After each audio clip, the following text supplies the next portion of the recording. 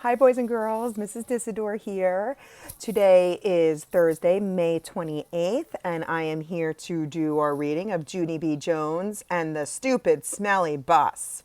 Love this book. It's the first book of many books in this series. We are up to chapter 4. So far, we understand why she does not like the bus. She didn't have the best first bus ride to kindergarten. It's her first day of school, her first time on a school bus. And she calls it stupid and smelly. The kids weren't very nice to her. She had no one to kind of sit with. One of the boys was mean to her when she was touching his backpack. So, and then she kind of got stepped on because all the kids rushed out off the bus at the same time.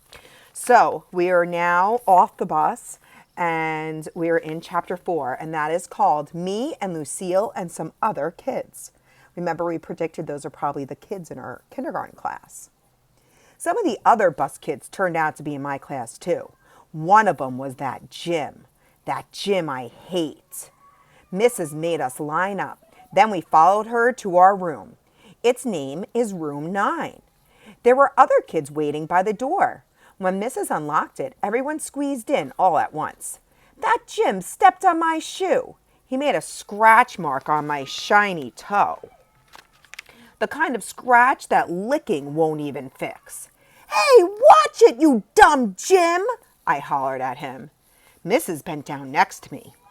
Let's try to use our quiet voice while we're in school, she said. I nodded nicely.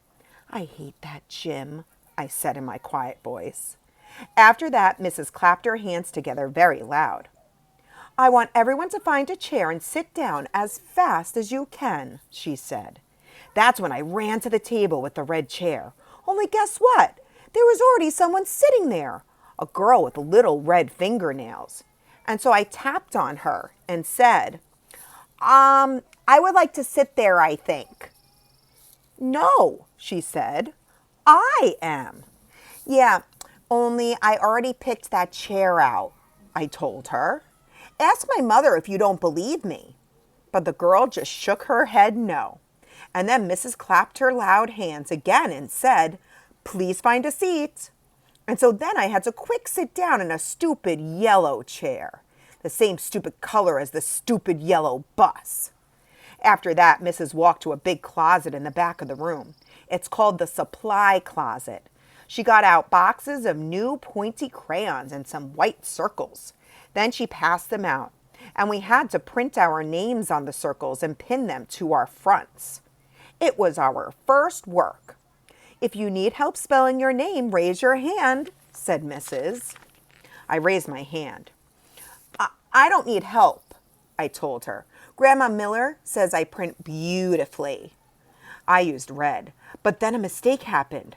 I made my Junie too big, and there wasn't any room left for my B, and so I had to squish it very teeny at the bottom.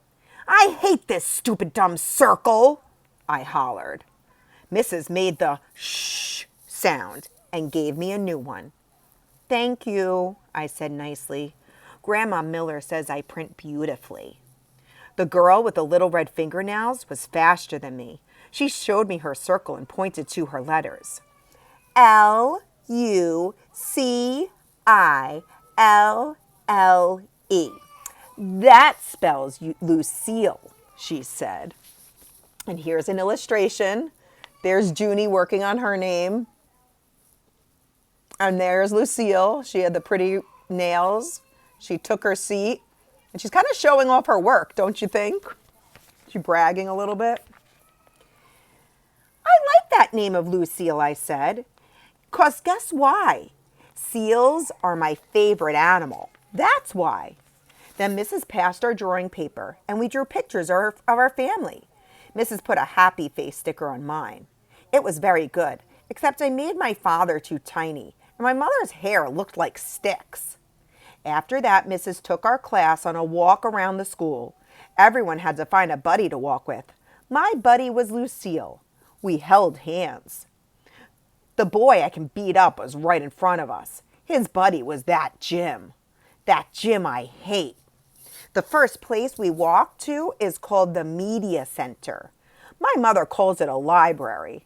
It's where the books are. And guess what? Books are my favorite things in the whole world.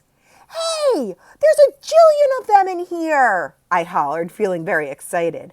I think I love this place. The librarian bent down next to me. She said, to use my quiet voice, yeah, only guess what? Right now, I just like the kind of books with pictures. But Mother says when I get big, I'm going to like the kind with just words. And also, stewed tomatoes. The boy I could beat up said, shh. I made a fist at him. Then he turned around. After that, we went to the cafeteria. The cafeteria is where kids eat lunch, except not when you're in kindergarten. I said, it smells yummy in here, just like spaghetti and meatballs. Then that Jim turned around and held his nose. P.U. I smell you, he said.